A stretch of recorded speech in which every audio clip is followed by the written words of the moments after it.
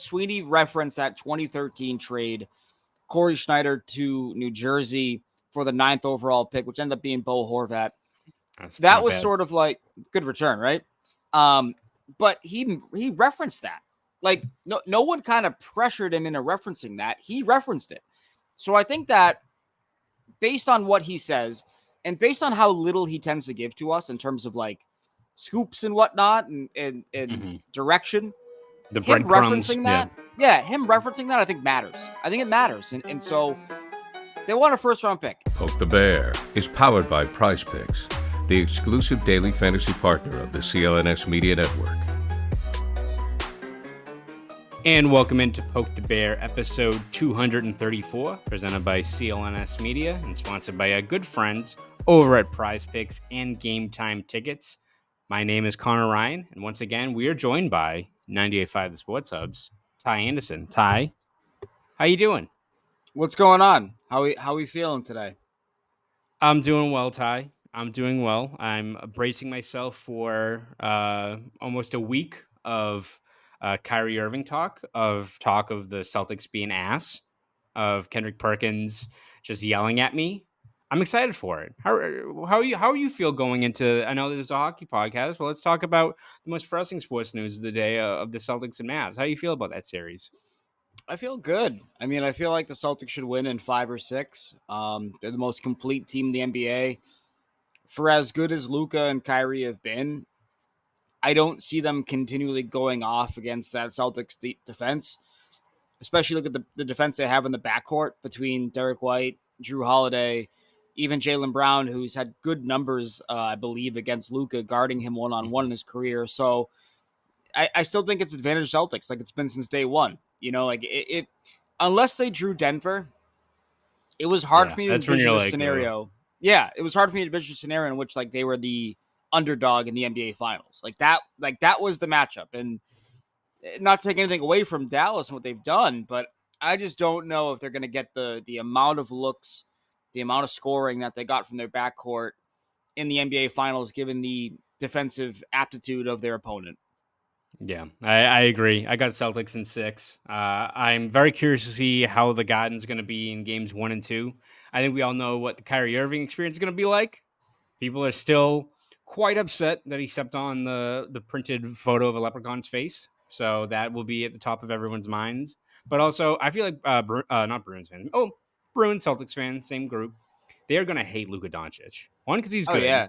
And 2, that guy, 1, yells at the refs the entire time, and 2, talks a lot of shit, which he's going to go back and forth with some dude from Quincy, someone from Malden. He's gonna like, someone's going to throw their soda, their Casamigos mixed drink at him or something like that. It feels all but inevitable, Ty. I would agree with that. The other thing that's kind of funny about this is like you sort of look at the NBA and like the NBA media has now painted a light in which the Celtics are the villain going up against Kyrie Irving, which like it's kind of incredible that the media hack job that's been happening for the Celtics all 3 rounds now. We're now psychoanalyzing tape of Jason Tatum, wondering how happy he is when Jaylen Brown wins. Absolutely like, pissed. That's what I do. Let me tell you, Ty, when I'm pissed off, what I usually do, my natural response is to smile. That's how I sneeze.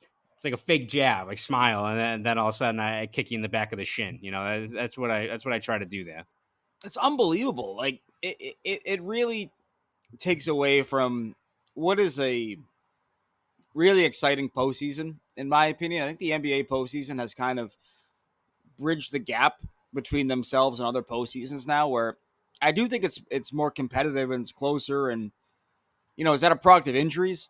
I don't know, but I feel like we've had a pretty good playoff run here, but it's been dominated by just nonsensical talking points that are rooted in off-season transactions more than the game being played on the court. And that's kind of annoying, I think, as a viewer. Like, I don't really cover the Celtics. Like, I'll write about them. I'll write a column here and there, but I'm not like in the trenches, at practice, at shoot-arounds, at post games. And so I enjoy watching basketball. I hate the coverage of it. I think it's hacky. I think it's very hacky coverage, in my opinion. Yeah, no, I agree. It takes away from a great sport. Like it's how riveting it is that some of these games are, especially in crunch time. And it just feels like instead of like prevailing just narratives a lot that are just drummed up and said nonsensical or what dominate of like how guys' legacies are and all these, which I know factors into it, but like how about the actual play on the court? Which like again Right. should be a really fascinating series to watch. Like even if you hate Kyrie, you hate Luka Doncic, like that's highlight reel stuff night in, night out. So it's going to be a lot of fun. But as you said, with nonsensical discussions, we won't have any of that on this podcast. We're going to talk about real meat and potatoes kind of stuff. So Leon Dry, no, I'm just kidding. We will talk instead. We will talk instead about a guy that has been brought up quite a bit in the last week plus. A trade scenario, yes, but one that you can see kind of the breadcrumbs in terms of how the Bruins would probably like this trade to go down. But Marty Necas obviously do a new pay raise with Carolina. Don't have enough money to sign him and the multitude of other guys, especially in the coming years. He's been listed as a potential trade candidate. You got Elliot Friedman linking the Bruins and Carolina when it comes to Ullmark. And again, you have the one hurdle of whether or not Ullmark would approve that trade if they're on the list, what have you, what the return might be. But just from the Bruins' perspective, when you look at this team and what Cam Neely kind of set out in terms of adding speed, especially to this forward core, is Nature's kind of like the guy that for this offseason makes the most sense in terms of like that's the guy we want. If we have this set list of what we want out of these players, like Nature should be at the top of the list. Yeah, I mean 99th percentile in skater speed. I mean That's pretty good. that's pretty incredible, right? Like who's better than him? McDavid? Is it McDavid and who else? Who else is in that group? Like I'm trying to think off the top of my head, and now that's always a dangerous game for me. Yeah. But like he addresses that he's score, and there's been a lot of talk about he wants to play center or can he play center? Okay, well let's say he can't play center. He's still going to play top 6 minutes in Boston, right? Like there's nobody roadblocking him like in Carolina, where he's behind Seth Jarvis and Andrei Svechnikov, like for the long term, like they are in his way. If they re-sign Jake Gensel, that's another guy that's in his way, and so I think it makes a lot of sense to make that kind of move for him. I just don't know. It's hard for me to sit here and look at it and say that Linus Ullmark being the centerpiece of that trade makes a ton of sense. Like, I'm just looking at it from the non-Boston Yeah. 30,000 feet up look. And it's like, okay, well, Freddie Anderson is cheaper. He has similar numbers in the playoffs. And like he'll be cheaper to re-sign if they're looking for value kind of contracts. Like, so unless this is Carolina saying we need to just change the culture of our goaltending room, which is totally fine, I think. Like, I just struggle to see how this would necessarily work. But he's a great target, and it's great offseason fodder. It reminds me of that Darren Rovell tweet where it's like, bad time for a lot of people, but this is tremendous content. Yes. Kind of how I feel about Marty Necas. Like, I don't know how they could make it work, but if they could, if that's the parameters, oh my God, you explore the hell out of that, because that would be a great way of maximizing the asset with Linus Ullmark. Yeah, and it comes down to because I think it would never be if that trade ever was struck right. It obviously which wouldn't be 1-for-1 or anything like that. But then it comes down to what exactly is what's Carolina asking for? If they're asking for like Merkulov or Lysell, like yeah, okay, like that, Right. like But are they asking for something more than that? Are they looking for Patra? Are they looking for a player like that? Like I don't think you're touching Lohrei, obviously, and we'll touch on him a little bit later. But like I think that's what it comes down to. What are the secondary pieces on top of it? Because again, if it's Merkulov and Carolina loves their Russian players, I feel like Lysell, whose kind of progress seems like it's stalled a little bit here, would not surprise me if he goes to a team like Carolina, has like 14 goals. Like those are guys that Yeah. other teams might covet more. It just depends on how they necessarily view them. Is that enough to get you to the finish line? If kind of that's the groundwork of a deal. Yeah, and I think that's a great way of putting it. Like you have guys that you wouldn't move, like you said, Patra, Lohrei, those would be no's for me. But if Carolina were to look at Lysell or Merkulov, like if they're not in your plans, and similar to you, I kind of have doubts that they are, just because of the way they've been utilized, and Lysell is a really polarizing player. you talk to people down in Providence, either really like him or they absolutely hate him. Like, there's really kind of no in between in terms of what he's going to be as a player. And there's the health issues as well, like with him being undersized and taking as many hits as he has. If you can parlay that into first round talent, you take that, right? And that's sort of been an under discussed part of Sweeney's tenureship here, is that he has often acquired first round talent. Okay, well, if I can't get the first round pick, I'm going to get a guy who was drafted in the first round. And then you notice that because he parlays it into how he talks about that player. Like when they acquire Pavel Zacha, former first round pick. When they acquire Hampus Lindholm, this guy's high pedigree, former first round pick. Like, it's a real thing for them of acquiring guys that were former first round picks. And so Necas fits that bill. He was 17th overall or 12th overall in 2017, I believe. Yes. Yep. So, that would fit that bill for them. And so I think that they want a first round pick. And I say that because Sweeney referenced that 2013 trade, Corey Schneider to New Jersey for the 9th overall pick, which ended up being Bo Horvat. That was sort of like good return, right? But he referenced that. Like, no one kind of pressured him into referencing that. He referenced it. So I think that based on what he says and based on how little he tends to give to us in terms of like scoops and whatnot and direction, him referencing that, him referencing that, I think matters. I think it matters. And so they want a first round pick. And now, is that a first round pick directly, or is that a player who was a first round pick? That's what I mean when I say I think they want a first round pick. And so Necas would fit that bill in my opinion. And I think it's a package. I don't think it's a 1-for-1, like you said. No. It's just a matter of how heavy does that package become, right? Because you sort of look at Carolina and you have Chatfield as a pending UFA. You have Brady Shea out the door. You have Brett Pesce out the door.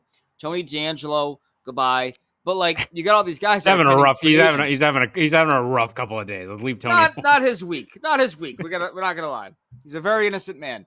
But like, would they want one of your defensive prospects? And who would that be? And where do you draw the line? I think you draw the line at obviously at Lohrei, but like, what is the ask? Like, it's gonna be. I think it's gonna be something future related. Like, there's no way it's a 1-for-1, right? Yeah, and I can't even think of who is like the Bruins' number 2 defensive prospect after Lohrei. I'm trying to think. It's maybe just someone in the pipeline I'm not thinking of, but Brunet maybe because of his offensive skills. But again, he's on a kind of a slow path because he's so young. Right. Like, he joined the pro game this year, and I think he was like 19. Like, he was on the younger side when he joined. You have Ryan Mast, but he's a 5th round pick, right? Like who knows? Like, you have guys like Callahan who'll be good AHL guys, but not, Right. And so all I would say is that if there's a guy in the pipeline who isn't Mason Lohrei, known as a shooter, Carolina would want him. That's what I would say about that. Yeah, absolutely. No, it's definitely something worth keeping tabs on in terms of Necas. As you said, is it realistic?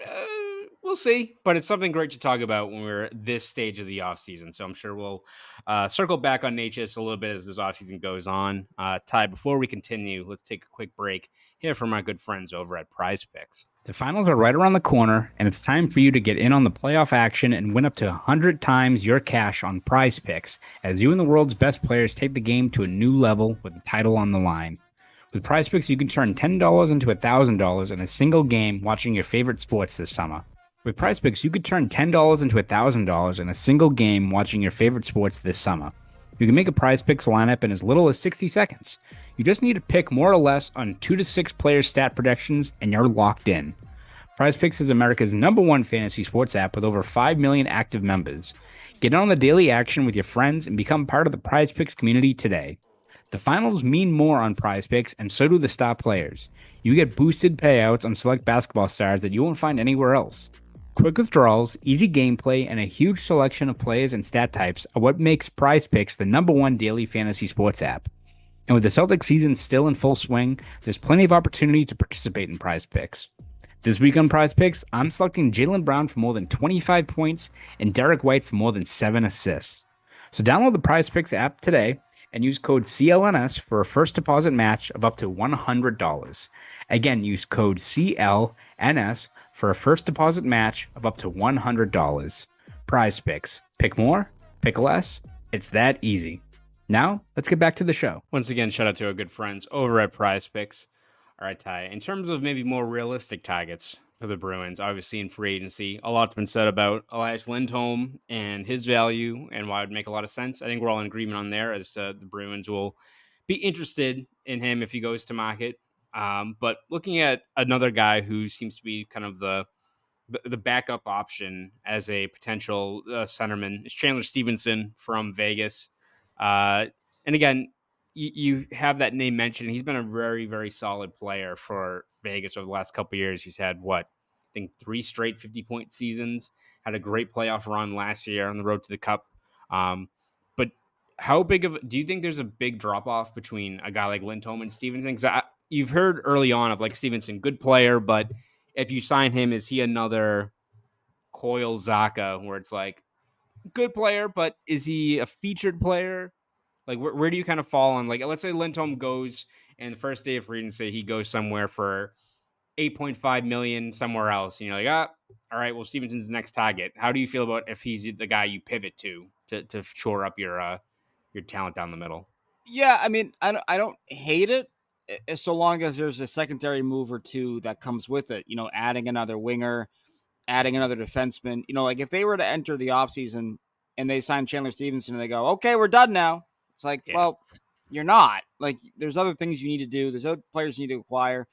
And it's kind of similar to my feelings on Jake DeBrusk in the sense that I don't want to find myself in a bidding war for a guy like Stevenson, who, again, I like. I like his prototype. I like his build. I like his know-how, his attitude, all of that. But you also can't draw the line at Jake DeBrusk and say, well, no, he's not worth a bidding war, and then get into a bidding war for other mid-tier talent. Like that's kind of insane in my opinion, especially external talent, guys you don't know if they fit your system, your structure, you know, your city, whatever the case may be.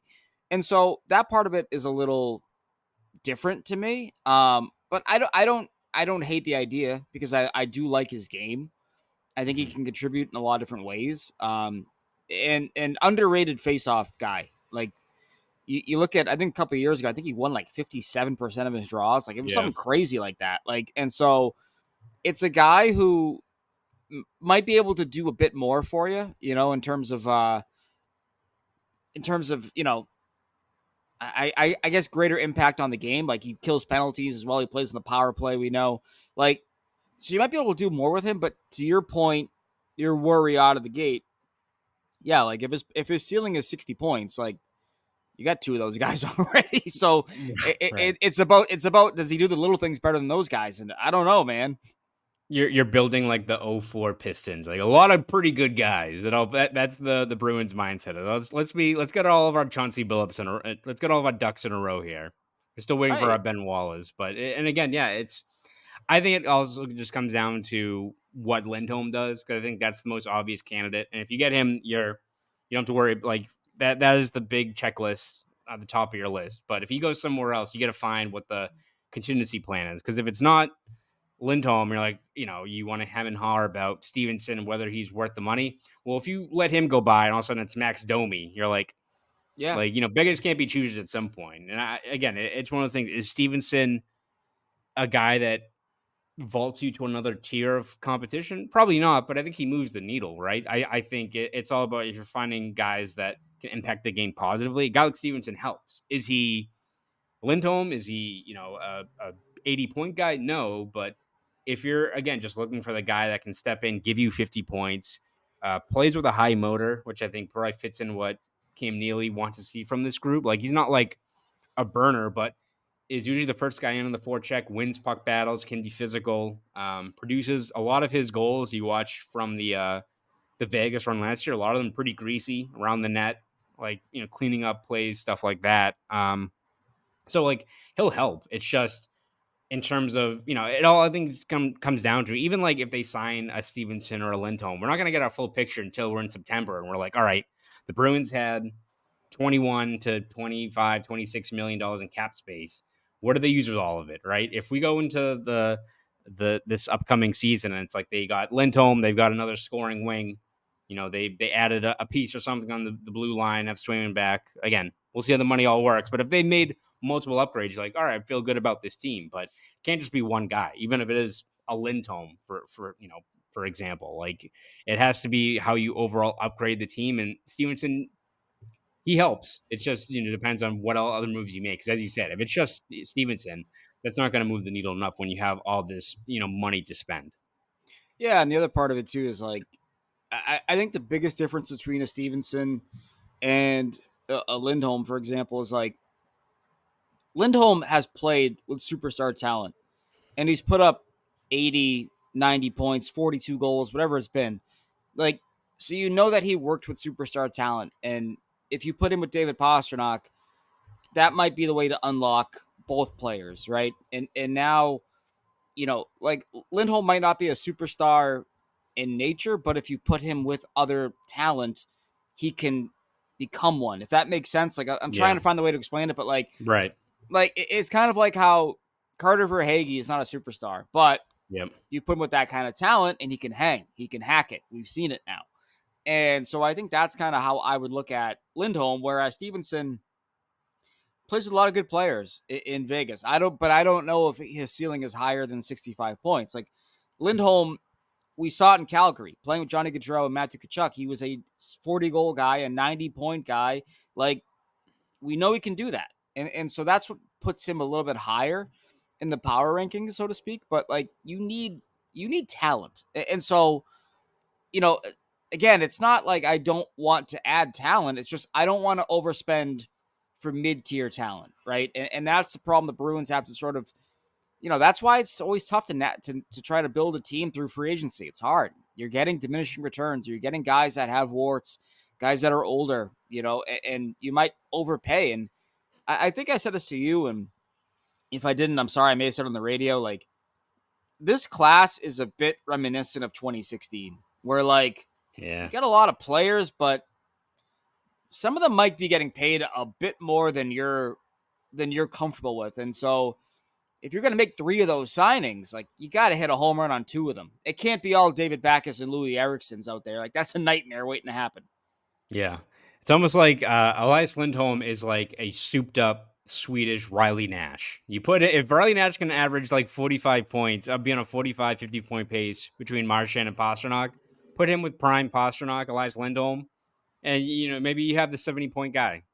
That is, I think, and that is not a backhanded comment by any means. This is a Riley Nash stan podcast, of course. But again, you look at the supporting cast you put him with, and a guy like Lindholm, and what his floor, if his floor is 45, 50 points, elite face-off, great D-zone numbers, and you can probably expect it's going to be more when he has more talent around him, when he's going to be down the middle, not on the wing, kind of jumbled all over the place like he was with Vancouver.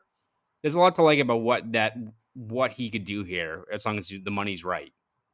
And the other part of it too is that, like, I think you saw Vancouver kind of learn how to utilize him better in the playoffs than the regular season. Like, watching their games in the regular season after they got him, I was watching it going, they don't know what they have with this guy. Like, they have no idea what they're doing with this guy. And the playoffs, it was like, yep, that's how you utilize him. And maybe it was two-sided. Maybe it went both ways. Like, he got more comfortable and he was like, okay, this is my role here. But like, I just felt like the Lindholm that we saw in the playoffs for Vancouver is the Lindholm that I think is what you'd be more comfortable spending money on versus the one that you saw in Calgary during the regular season and then Vancouver in the regular season. I thought in Calgary, and this might be a Calgary problem, to be honest with you, I thought he was invisible.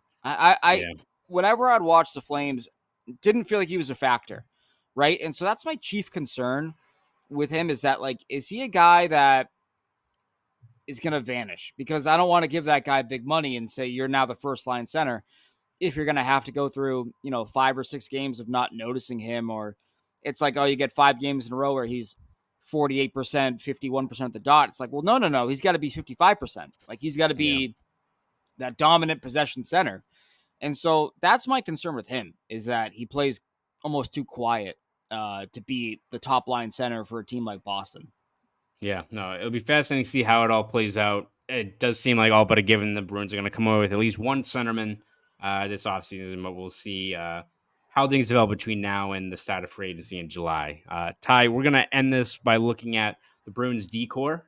Before we do that, let's take another quick break here from our other sponsor at Game Time Tickets. The NBA Finals are right around the corner, and if you're a Celtics fan, odds are that TD Garden is going to be packed in June as the Celtics go for Banner 18. And if you want to cheer on the C's inside the Garden, you got to go with Game Time Tickets. Game Time is an authorized ticket marketplace that makes getting NBA Finals tickets even faster and easier. Prices on the Game Time app actually go down the closer it gets to tip-off. With killer last-minute deals, all-in prices, views from your seat, and their lowest price guarantee, Game Time takes the guesswork out of buying NBA tickets. And the best part about Game Time Tickets, you can browse through the Game Time app to find great seats at affordable prices for all sorts of in-demand games, concerts, and other events. Want to snag last-minute tickets to a concert? Game Time Tickets has you covered. Maybe a Sunday matinee game at Fenway Park, or one of those spur-of-the-moment Friday night games watching the Sox. And with the Patriots and Bruins season set to get started later on in the fall, you can't go wrong with going to the Game Time app to find tickets ahead of time. It's really that easy in the action. And with flash deals and zone deals available, you can make it to some of the most in-demand games at the last second. With these last-minute deals, you can save up to 60% off buying seats for sporting events, concerts, comedy, theater shows, and a whole lot more. Some of my favorite features of the app include seat views, where you can get a panoramic view from your seat in the app before you buy, and the lowest price guarantee, or else Game Time will credit you 110% of the difference. So what are you waiting for? Take the guesswork out of buying NBA Finals tickets with Game Time. Download the Game Time app, create an account, and use code CLNS for $20 off your first purchase. Terms apply. Again, create an account and redeem code CLNS for $20 off your first purchase. Download Game Time today. Download Game Time today. Last minute tickets, lowest price, guaranteed. Now, let's get back to the show. Shout out once again to our sponsors over at Game Time Tickets.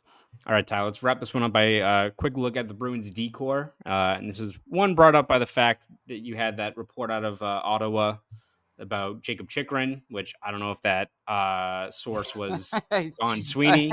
Don Sweeney. I don't know if Cam Neely talking to Bruce Garrioch.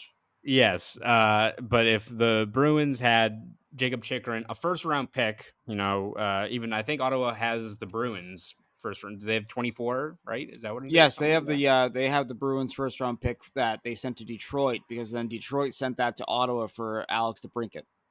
Right. So if Ottawa is realistically offering Jacob Chikrin, a legit top 4 guy, I think he had 14 goals as a defenseman this past year for Ottawa.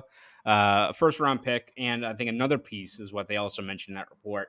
The Bruins might be prepared to rip up the CBA and cause another labor strife to get Ullmark to waive his no trade list there. I don't think that's happening, but looking overall more at the Bruins and their needs on defense. Obviously, I think it's to be expected that a lot of pending free agents aren't going to be back with Forbort and Grzelcyk and Shattenkirk, those kind of players.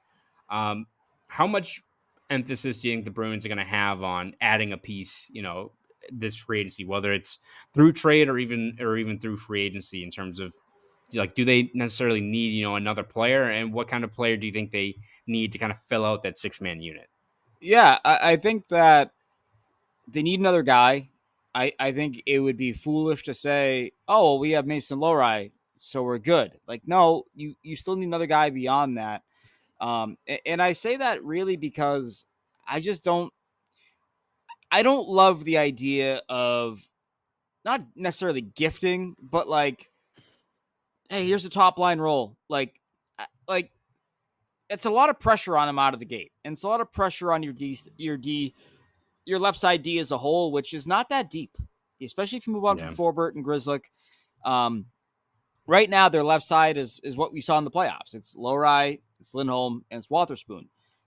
I think you need a bit more oomph there. And by that, it can be offensive. It can also be a little bit more defensive. And, Chikrin, if we're going to talk about Chikrin real quick, a guy who had twice as many blocks this past year as he's ever had his career. I think it was 150 blocks. And I want to say his previous high was 78 or something like that. Yeah. So a guy really helped Korpisalo. Oh yeah, for sure. I mean, the worst, Sorry, I just had to rip the auto wretched goaltending. goaltending. Oh, it's wretched. It's the worst goaltending in the league. Yes. But you sort of look at like where they are. I think even if it's not Chikrin, I think getting that guy via trade is the way to go.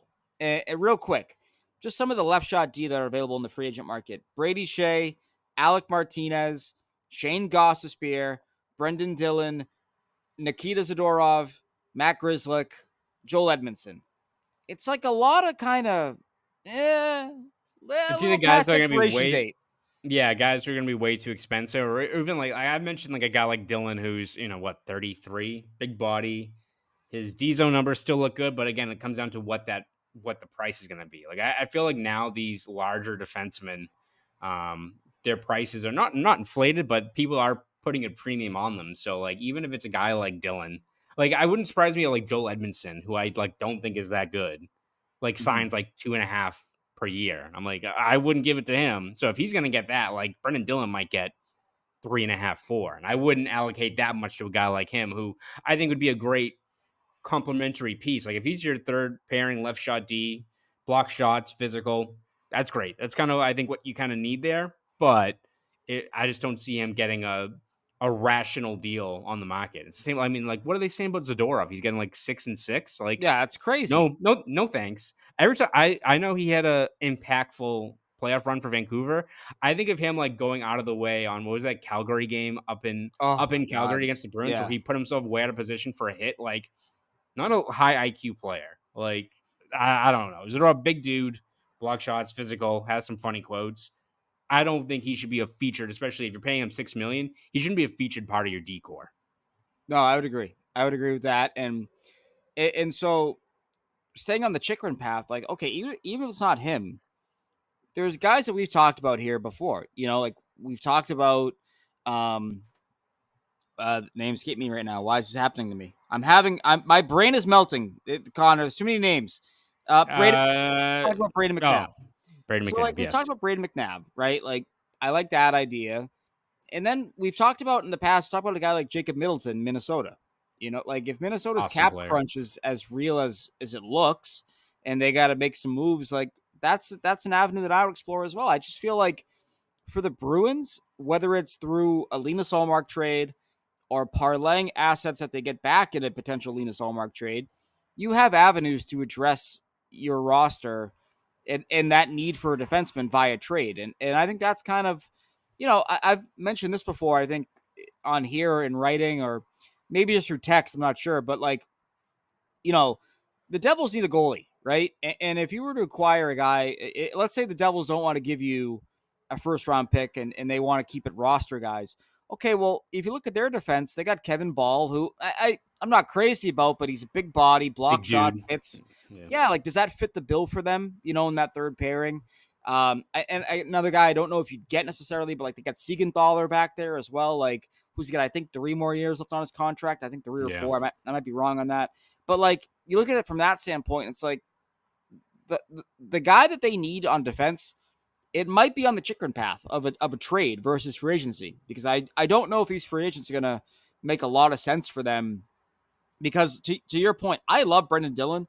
I don't want to get into a Ryan Suter-esque bidding war contractually where he's getting 4 years now and you're paying for a 37-year-old Brendan Dillon at $4 million or whatever it is. Like that doesn't sound great to me.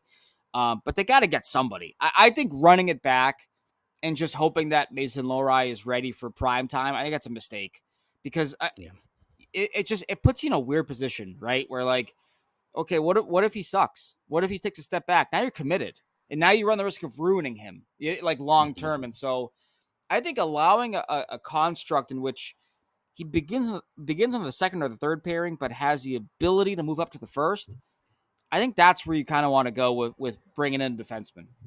Yeah, and kind of echoing off of that, moving ahead to wrap up the podcast, like looking at Lohrei, and I think you look at this past year, I think Lohrai's development has to be one of the things that make you feel good about this team long term, because like this is a guy that no one really expected to even be up at the NHL this year. People were like, this guy needs a full year of seasoning in Providence. So I think we all expected that, and that was the rational expectation for a guy that only switched defense, when he was 16, 17 years old. He's going to And get then you cut look at from his team, and he switched to yes, defense. exactly.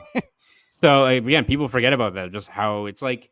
I think I mentioned this before, but like Anthony Davis was like a guard his whole career, and then he like went from like 6'1" to 6'10", like in the summer. It was freakish. Like that's why he kind of had that adjustment on the fly. But you look at Lohrei and even just like how he developed from October, November, when like he gets sent down before that Rangers game, and I think we're all like, yeah, you see it in spurts, needs some time to like where he was in the playoffs, right? It's like you feel really good about where his growth is. But as you said, should people keep those expectations kind of in check in terms of I could see people look at his strides and be like, this guy is gonna have 45 points next year, he's gonna get PP1 reps, all these things. Like how do you think Bruins fans should approach that? Because I do like the appeal of giving him the keys to the power play in time. But as you said, I don't think you should give it to him out of the gate.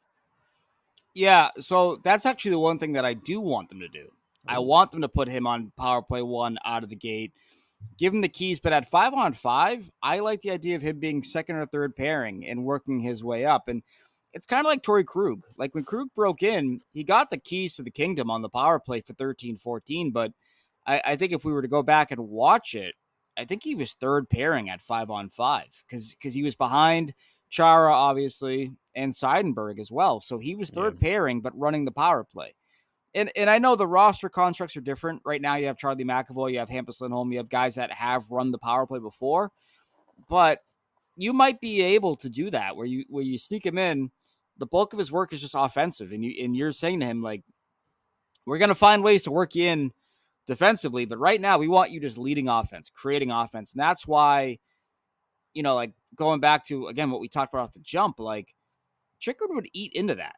He would eat into his offensive development, and so that's like the one kind of like, okay, does this make a lot of sense for the Bruins, right? Like, I think 1-for-1, if that's a trade, oh my God, sign me up because you're again you're leveraging your asset into something better, and I think their defense. And this goes back to what we were talking about earlier, even if you can't get that high end center, build out an incredible defense that is your backbone, is your spinal cord, and you go from there. But that's something that I think you have to consider with that left shot D you bring in, because I think they're going to bring a guy in like whose minutes and whose development does he eat into? And if it's Lohrei, that might be a legit concern for them because he is a rock of their future.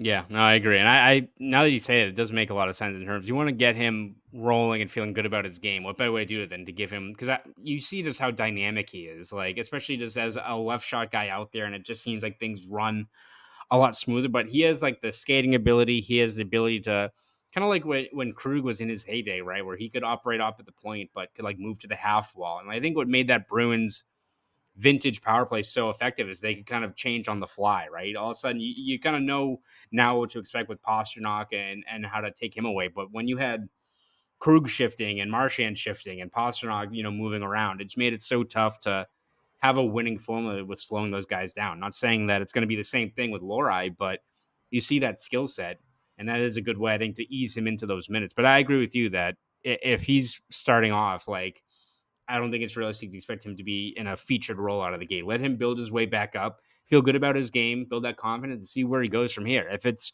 anything like last year, then he should pass that test with flying colors, right? Like, I just feel like there's no need to throw him in there. And off of what you said, too, it does feel like if the Bruins are picking one thing, like, again, you're not going to say no to Jacob Chychrun, but it does feel like a guy like a McNabb or a physical guy you can pick up makes more sense in terms of adding a different element to that decor while also not taking away from the strength of a foundational piece moving forward like Lohrei.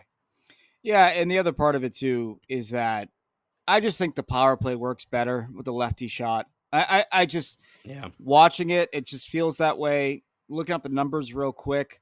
I wrote about this, I think, earlier in the year. Over the last 2 seasons with Hampus Lindholm running the power play, a left shot, an imperfect player, we all agree, but a left shot with Lindholm on the power play and Pastrnak and Marchand also out there, they have 26 goals in 100 minutes. Like, that's pretty good.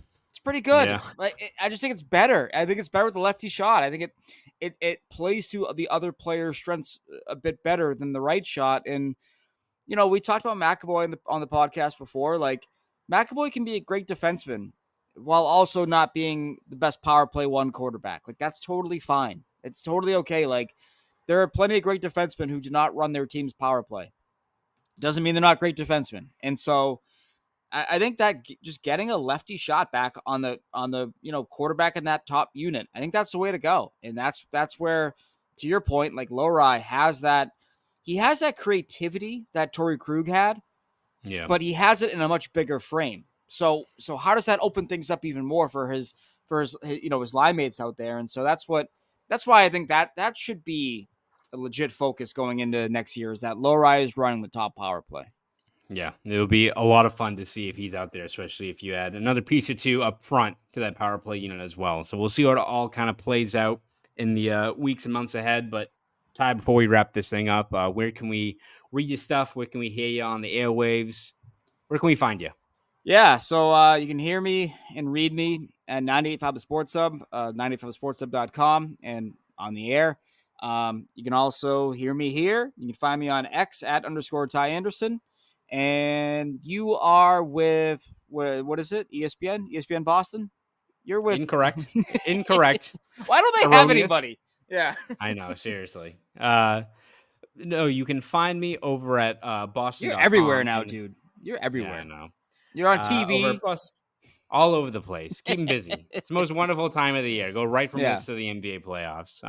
You can find me on Boston.com, the Boston Globe. You can find me on TV. I've had people say they've seen me on TV at Planet Fitness, at the 99, all places where I love to be featured. So you can find me on TV. You were in my headphones.